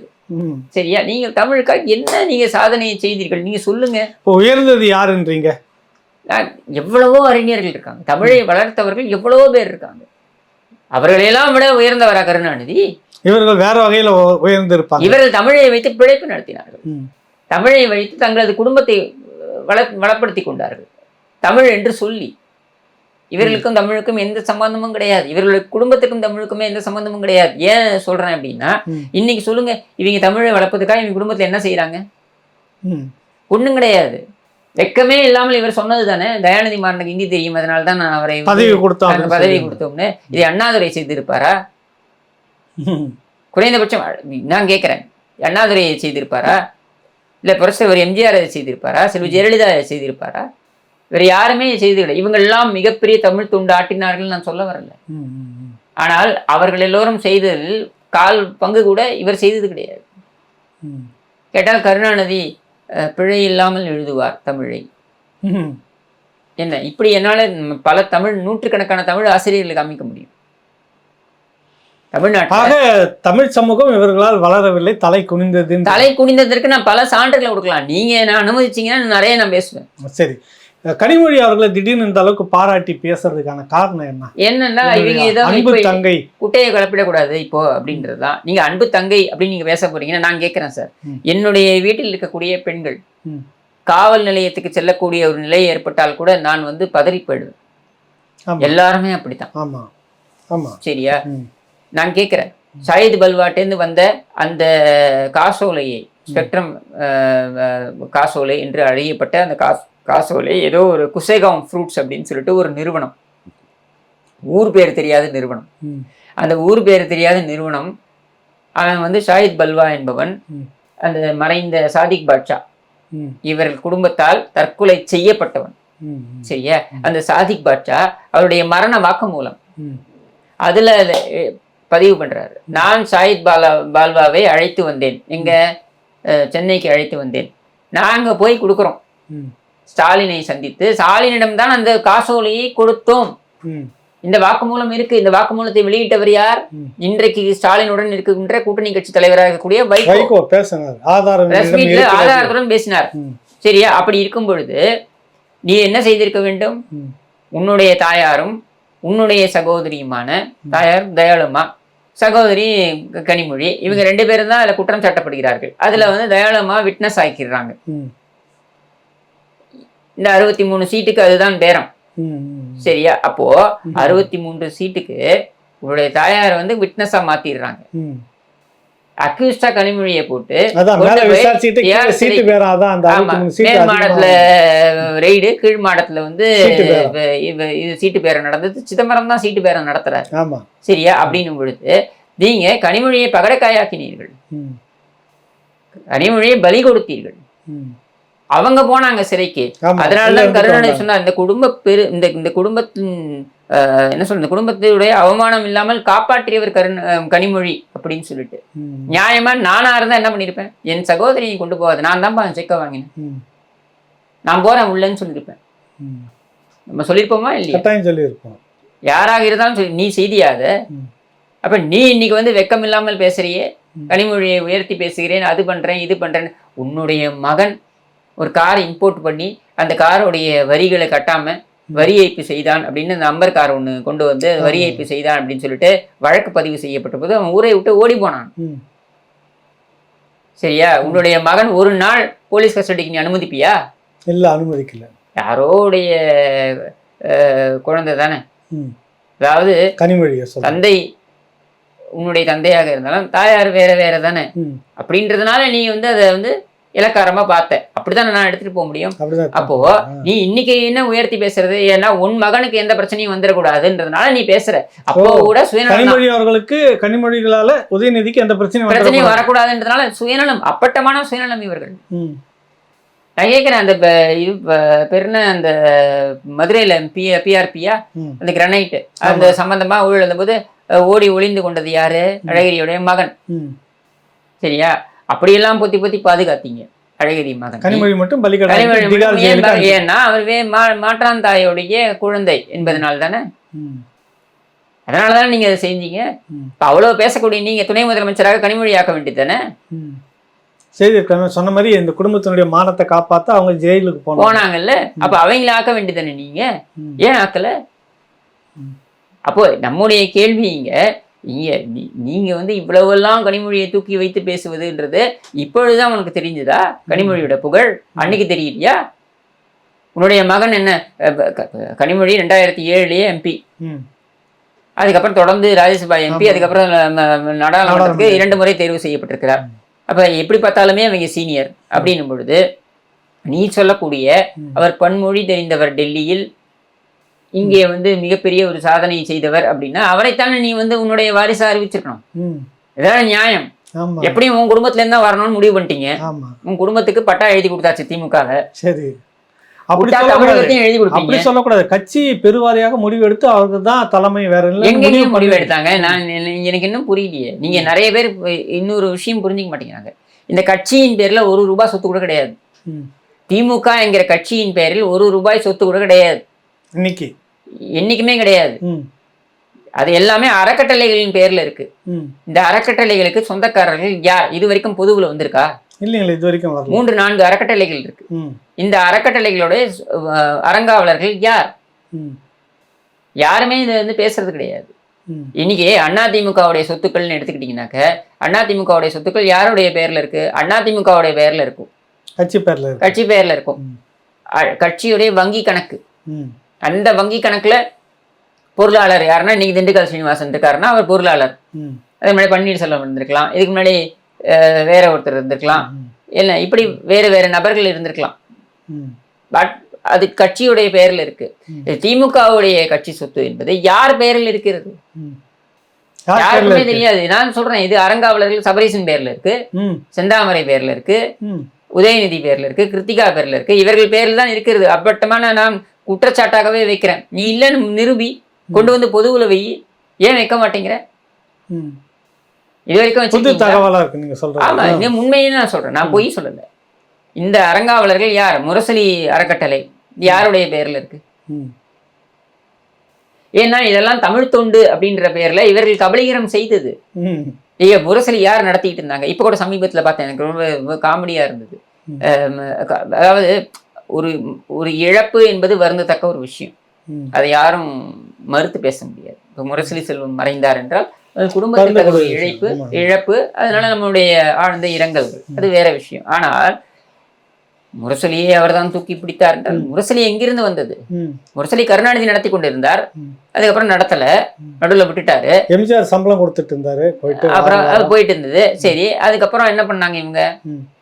திராவிட நாடு என்பதுதான் அண்ணாதுரையுடைய பத்திரிகை, அதை கைவிட்டார்கள். அப்ப கருணாநிதி ஒரு இதை எழுதுறார், கடிதம் எழுதுகிறார். உடன்பிறப்பே ஒழுத்தம்பிறப்பே, நான் வந்து முரசொலி நடத்த என்னால் முடியவில்லை, என்னிடம் பணம் இல்லை அப்படின்னு சொல்லிட்டார். தலைவா, நீங்கள் நடத்தாமல் இருந்தால் எப்படி அப்படின்னு சொல்லி இவங்க இந்த உடன்பிறப்புகள்லாம் சொல்லி அப்போ அதுக்கெல்லாம் நிதி கொடுத்து அப்போ ஒரு முடிவு எடுக்கிறாங்க. என்ன முடிவு? முரசொலி பத்திரிகையை திமுகவே வாங்கி கொள்ளும், சரி, விலை கொடுத்து வாங்கும். பணம் யார் கொடுத்தது? தொண்டன் கொடுத்தது. முரசொலி பத்திரிகையை வாங்குகிறார்கள். எப்படி வாங்குறாங்க? மாறன் குடும்பமா யாரும் நடத்திட்டு இருந்தாங்க, அவங்க கிட்ட இருந்து வாங்குறாங்க. இந்து பத்திரிகை அன்றைக்கு என்ன சர்க்குலேஷன் இருந்ததோ அதோடைய சந்தை மதிப்பிற்கு முரசொலி பத்திரிகையும் மதிப்பிடப்பட்டது. அந்த பணம் கொடுத்து அந்த முரசொலி பத்திரிகை வாங்குது திமுக. சரி, வாங்கினீங்கல்ல, வாங்கி இப்ப திமுக பேர்ல தானே இயங்கணும். யார் பேர்ல இயங்குது? முரசொலி அறக்கட்டளை, உதயநிதி மேனேஜிங் டைரக்டரா, வாட் எவர் இட் இஸ். அது யார் பேர்ல இருக்கு? யார் அறங்காவலர்னு யாருக்கும் தெரியாது. மாறன் கையில் இருந்து இவர்கள் தான் உயர்ந்து இருக்கிறாங்க. சொல்ல போனா நீங்க சொல்லுங்க, தமிழ் தொண்டு என்ன? மாறன் கையில் இருந்து ஸ்டாலின் குடும்பத்திற்கு முரசொலியை வாங்கி கொடுப்பதற்கு கருணாநிதி பயன்படுத்தி கொண்டது தமிழ் தொண்டு, முரசொலி, இதுல எழுதக்கூடிய தமிழ் இப்படின்ட்டுலாம். பணம் யார் கொடுத்தது? அப்பாவி தொண்டன். சரியா? இதுக்கும் தமிழ்நாட்டுக்கும் என்ன சம்பந்தம்? இதுக்கும் தமிழுக்கும் என்ன சம்பந்தம் சொல்லுங்க. கூட்டி கழிச்சு பார்த்தா இந்த கலைஞரால் வந்து தமிழ் சமூகம் உயர்ந்திருக்கிறது அப்படின்னு சொல்ல போனா இவங்க தான் உயர்ந்திருக்கிறாங்க. தமிழை அசிங்கப்படுத்தியவர்கள், தமிழை அவமானப்படுத்த முயற்சித்தவர்கள். இவர்கள் எந்த இடத்திலும் இவர்கள் தமிழை உயர்த்தி பிடித்ததே கிடையாது. இவர்கள் உயர்த்தி பிடித்தார்கள் நீங்க சொல்ல போறீங்கன்னா அது பச்சை அயோக்கியத்தனம். சரி, இறுதியா வந்து ஒரு கேள்வி, பரபரப்பா பேசப்படுற ஒரு விஷயம், அதுல உங்க கருத்து என்ன அப்படின்றதுக்காக. சீமான் நடிகர் ரஜினிகாந்த் சந்திப்பு இதுதான் பரவலாக ஓடிட்டு இருக்குது. உங்களுடைய தரப்பு கருத்தா அது என்ன நினைக்கிறீங்க இந்த சந்திப்பு? சீமானை பொறுத்த வரைக்கும் அவர் வந்துட்டு ஒரு தேர்தல் அரசியல் இருக்கக்கூடிய நபர். அப்போ அவருடைய அரசியல் காய் நகர்த்தல் என்பது அதை நோக்கித்தான் இருக்கும். அதை வந்து நம்ம குறை சொல்ல முடியாது. இப்போ நிறைய பேர் வந்து பேசுறாங்க, சீமான் வந்து ரஜினிகாந்தை கடுமையாக விமர்சனம் பண்ணியிருக்காரு, இன்னைக்கு வந்து அவர் வந்து அவரோட இணைந்து பயணிக்கிறார். இது இன்றியமையாத ஒரு விஷயம். தேர்தல் அரசியல் வரக்கூடிய எல்லா கட்சிகளும் செய்திருக்கிறார்கள், விமர்சனம் எல்லா காலகட்டத்திலும் செய்திருக்கிறார்கள். நான் உங்களுக்கு திமுக வைகோ பேசாததா? நீங்க திமுக வைகோ வரைக்கும் போயிருக்கீங்க. நான் இந்திரா காந்தியை பார்த்து இவங்க மாதவிடை ரத்தம்னு பேசி வெக்கமே இல்லாமல் இவர்கள் வந்து நேருவின் மகளை நிலையான ஆட்சியை தான் சொல்லலையா? சரியா? நீங்க இதுக்கு சிறந்த உதாரணத்தை கொடுத்திருப்பார். செல்வி ஜெயலலிதா அவங்க பேசியிருப்பாங்க, டெல்லியில பேசியிருப்பாங்க. உங்களுக்கு நினைவு இருக்குமான்னு தெரியல. 98 இந்த வாஜ்பாய் அரசாங்கத்துக்கு ஆதரவு கொடுத்துட்டு இருந்த சமயத்துல அவங்களுக்கும் அந்த வாஜ்பாய் அரசாங்கம் பிரச்சனை இருந்த சமயத்துல ஆட்சியை கவிழ்க்க போறாங்க. அந்த காலகட்டத்தில் டெல்லியில ஒரு காலேஜுக்கு ஒரு நிகழ்ச்சியில பேசியிருப்பாங்க, செல்வி ஜெயலலிதா பேசியிருப்பாங்க. அப்ப பேசுவாங்க, நானும் சுப்பிரமணிய சாமியும் எங்களுக்குள்ள நட்புறவும் இருந்திருக்கு, பகையும் இருந்திருக்கு. என் மீது நிறைய வழக்குகளை போட்டவர் அவர் தான். இன்னைக்கு நாங்க ஒரு கூட்டணியில இருக்கோம், அவருக்காக ஆதரவாக நான் பேசுறேன். ஆனால் இன்று வரையில் நான் அவரிடம் சென்று என்னுடைய வழக்கை நீங்கள் வாபஸ் வாங்கிக் கொள்ளுங்கள் நான் சொன்னதே கிடையாது. ஏன்னா அதை நான் வேறு ஒரு கண்ணோட்டத்துல நான் பாக்குறேன். அந்த வழக்கை நான் சட்டப்படி சந்திச்சுப்பேன். அப்போ இதுதான் அரசியல். மக்களுடைய நன்மைக்காக கூட்டணியில ஒரு முறை இருக்காங்க. மக்களுடைய நன்மைக்கு நம்ம ஒரே ஒரு களத்துல வரோம், ஒரு தளத்துல வரோம் அப்படின்றதுதான். ஸோ அப்படித்தான் நான் சீமானுடைய நடவடிக்கையும் பார்க்குறேன். அதாவது சூப்பர் ஸ்டார் ரஜினிகாந்த் அவர்கள் அவருக்குன்னு ஒரு செல்வாக்கு இருக்கு, இல்லைன்னு மறுக்க முடியாது. அவருக்குன்னு ரசிகர்கள் இருக்காங்க, அவருக்குன்னு ஒரு செல்வாக்கு இருக்கு. அவருடைய இப்போ சமீபத்தில் திரைப்படம் வேட்டையன்னு ஒரு படம் வந்தபோது கூட சீமான் வந்து அந்த அவர் வாழ்த்தி ஒரு அறிக்கையை வெளியிட்டார். அப்படின்னும் பொழுது இப்போ சீமான் எதிர்கொள்ளக்கூடிய சில சவால்கள் அப்படின்னு எடுத்துக்கிட்டோம்னாக்க, என்னை பொறுத்த வரைக்கும் சீமானுக்கான வாக்குகள் அப்படின்றது அது வந்து கணிசமாக குறைவதற்கான வாய்ப்பு கிடையாது. ஆனால் இந்த அன்டிசைடட் ஓட்டர்ஸ்ன்னு இருக்காங்க இல்லையா, அதாவது யாருக்கு வாக்களிப்பது என்று தெரியாமல் முதல் முறை வாக்காளர்கள் அப்படின்னு இருக்கவங்க இருக்காங்க இல்லையா, இவங்க என்ன பண்ணுவாங்கன்னா ஒரு சிலர் விஜயை நோக்கி செல்வதற்கான வாய்ப்பும் இருக்கு. அப்படின்னும் பொழுது நாம எல்லோருக்குமான தலைவர் என்று காண்பித்துக் கொள்ள வேண்டும் என்கிற நிலையில சீமான் இன்னைக்கு இருக்கார். அப்படி உருமாறுவதை நான் வரவேற்கிறேன். ஒரு சந்திக்கிறது போறது பிரச்சனை இல்லை, இந்த மாதிரி எதிரியா இருக்கிறவங்க நண்பரா இருப்பாங்க, அதெல்லாம் இப்ப மாற்று கருத்தே இல்லை. இதுல வந்து தினமலர்ல ஒரு கட்டுரை வந்து இருந்தது, என்னன்னா பாஜக தலைமையில ஒரு ஆர்கனைசர் ஆகிறதுக்கான திட்டமிடல் இது. அது அவங்க பண்ணதான் பண்ணுவாங்க. சரி, அவங்க பாஜக தலைமையில ஏதாவது ஒரு வாய்ப்பை அவங்க பயன்படுத்தணும் தான் பார்ப்பாங்க. அவங்க அதிமுக வைத்து ஏதாவது செய்யலான்னு பார்த்தாங்க. அதிமுகவுக்குள்ள பன்னீர்செல்வத்தை வைத்து ஏதாவது செய்யலான்னு முயற்சி பண்ணாங்க, அது எடுபடலை. பாஜக வந்து பவார் கட்சியை உடைத்தது, இது தாக்கரே கட்சியை உடைத்தது, அதிமுக பாஸ்வான் கட்சியை உடைத்தார்கள். இதுல உத்தரப்பிரதேசத்துல முலாயம் சிங் யாதவ், அகிலேஷ் யாதவ்க்குள்ளேயே பிரச்சனையை ஏற்படுத்த முயற்சித்தார்கள். இதெல்லாம் செய்ய முடிந்தது அவர்களால. அதிமுகல அது எடுபடலை. அவங்க பன்னீர்செல்வத்தை வைத்து சில காய் நகர்த்தல முயற்சி பண்ணாங்க, அது நடக்கல. பன்னீர்செல்வத்துக்கு வெளியில போட்டாங்க. இப்ப கேள்வி என்னன்னா, பாஜகவுக்கு அடுத்த வாய்ப்பு என்ன? இங்க ஒரு தாக்கத்தை ஏற்படுத்தக்கூடிய ஒரு கூட்டணியை அமைக்க வேண்டும் அப்படின்றதுதான். இப்ப தாக்கத்தை ஏற்படுத்தக்கூடிய கூட்டணி அமைக்கணும் அப்படின்னா ஒண்ணு திமுகவோட இவங்க போகணும், பாஜக போகணும். ரெண்டாவது அதிமுகவோட போகணும். மூன்றாவது பாஜக தனித்து ஒரு கூட்டணியை அமைக்கணும். இது 3 வழிகள் தான் பாஜக இருக்கு. இப்ப திமுகவோடைய போறது அப்படின்னா திமுகவுடைய மிகப்பெரிய பிரச்சனை என்னன்னா, அவங்களுக்கு 2029 நாடாளுமன்ற தேர்தலை விட 2026 சட்டமன்ற தேர்தல் அவர்களுக்கு முக்கியம். அப்படி பார்க்கும்பொழுது அவர்களை பொறுத்த வரைக்கும் இந்த மதச்சார்பற்ற அப்படின்ற ஒரு போர்வையோட போர்வையோட இருப்பதுதான் அவர்களுக்கு இந்த சிறுபான்மை மக்களுடைய வாக்குகளை அவங்களால தக்க வைக்க முடியும் அப்படின்னு அவங்க நினைப்பாங்க. பட் மறைமுகமா அவர்கள் வைத்திருக்கின்ற கள்ள உறவு அப்படின்னு என்ன சொல்றோம்னா, இந்த 22 நாடாளுமன்ற உறுப்பினர்கள், இந்த 22 நாடாளுமன்ற உறுப்பினர்கள், அது மட்டும் இல்லாம மாநிலங்களவையில் பாஜகவுக்கு இந்த 22 நாடாளுமன்ற உறுப்பினர்களை விட அதிகமா மாநிலங்களவையில இருக்கக்கூடிய அந்த உறுப்பினர்களுடைய எண்ணிக்கை தான் அவசியமாகுது. நிறைய பேர் சொல்றாங்க எடப்பாடி பழனிசாமி அவர்களுடைய ஆட்சி 4.5 ஆண்டுகள் தொடர்வதற்கு பாஜக துணை நின்றது. இல்ல, எடப்பாடி பழனிசாமி அவர்களிடம் மாநிலங்களவையில உறுப்பினர்கள் இருந்தார்கள். நிறைய மசோதாக்கள், அந்த மசோதாக்கள்லாம் வந்து பாஸ் பண்ணணும்னாக்க அதுக்கு மாநிலங்களவையுடைய ஒப்புதல் வேணும். அப்ப அதுக்கு அது குரூஷியலா இருந்தது.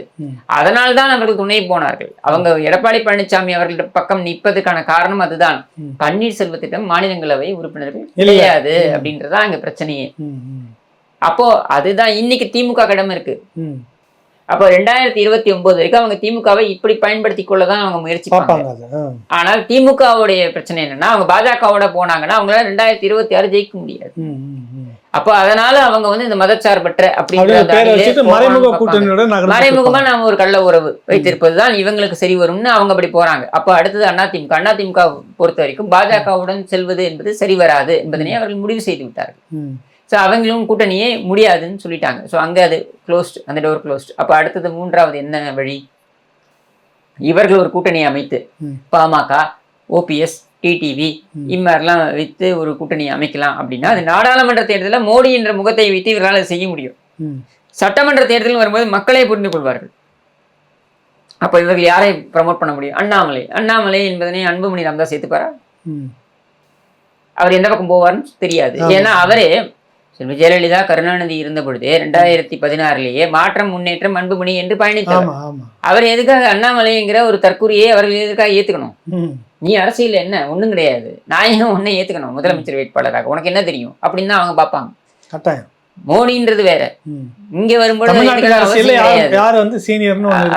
அப்போ இங்க ஏற்றுக்கொள்ளக்கூடிய நபராக யார் இருக்க முடியும் அப்படின்னு பார்க்கும் பொழுது, சீமானை நம்ம எப்படியாவது நம்ம ப்ரொஜெக்ட் பண்ணலான்ற எண்ண ஓட்டம் அங்க அவங்க தரப்புல இருக்கலாம். இப்போ உதாரணத்துக்கு ரவீந்திரன் துரைசாமி போன்றவர்கள் அதை முன்வைக்கிறாங்க.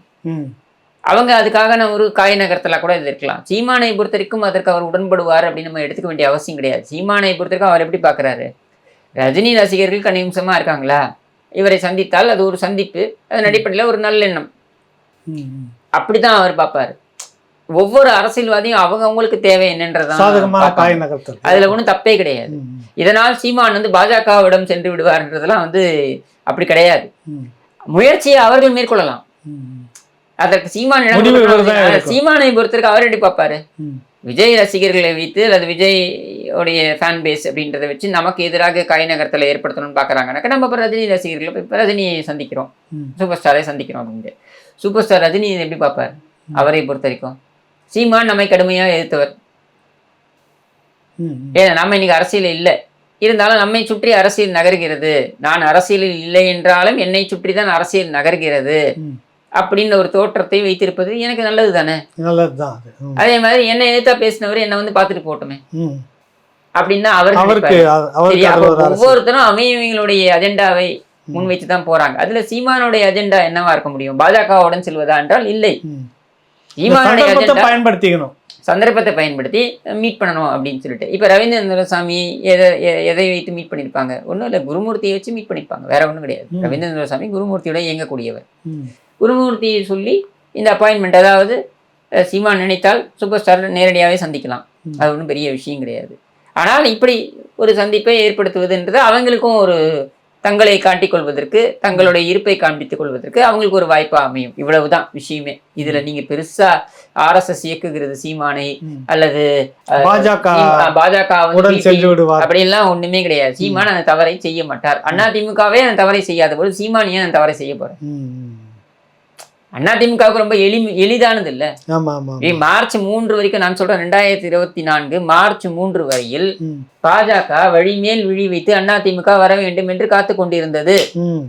முடியாது என்று சொல்லி இந்த கதவை சாத்தியதற்கான காரணம், பாஜகவை பொறுத்த வரைக்கும் இங்கே அவர்களால் களமாட முடியாது அப்படின்ற ஒரு சூழல் இருக்கு. அப்ப அதிமுகவே அந்த முடிவு எடுக்கலன்னும் பொழுது நீங்க எப்படி சொல்றீங்க சீமானே அந்த முடிவு எடுக்கணும்? அவருக்கு எல்லோருக்குமான ஆதரவு அவரிடம் இருக்குல்ல இன்னைக்கு. நீங்கள் 1000 பேசினாலும் இன்றைக்கு இந்த 11% பாஜக வந்ததுன்றதெல்லாம் வந்து ஃப்ராடு, அப்படிலாம் ஒன்றும் கிடையாது. மற்ற ஜாதி தலைவர்களை காண்பித்து அவர்களுடைய வாக்குகளும் தன்னுடைய வாக்குகள்னு காண்பிச்சு வந்தது தனிப்பட்ட பாஜகவுக்குன்னு இல்லைன்னு கிடையாது. 11% அதெல்லாம் கிடையாது.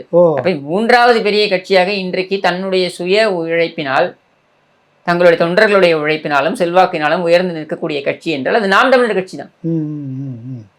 அதுல மாற்று கருத்து இல்லை. ப்ரூவன் ரெக்கார்டு இல்லாத கட்சி விஜயோட கட்சி. அது எவ்வளவு வேணாலும் பெறலாம், 5% பெறலாம், 15% பெறலாம், 20% பெறலாம், நமக்கு தெரியும். அது அவங்களுடைய அவங்க தேர்தல் களமாடினால்தான் தெரியும். ஆனால் இன்றைக்கு ப்ரூவன் ரெக்கார்டோட இருக்கக்கூடிய கட்சினா நாம் தமிழர் கட்சி. அப்படின்னும் பொழுது இந்த 8% என்பது சேதாரம் இல்லாமல் இதை உயர்த்த வேண்டும் அப்படின்றதுதான் ஒரு தலைவனுடைய நோக்கமா இருக்க முடியும். அந்த நோக்கத்தை நோக்கி அந்த நோக்கத்தை வைத்து அவர் பயணிக்கிறார். இல்லைன்னா தப்பு இருக்க முடியும். சீமான் செய்வது சரி.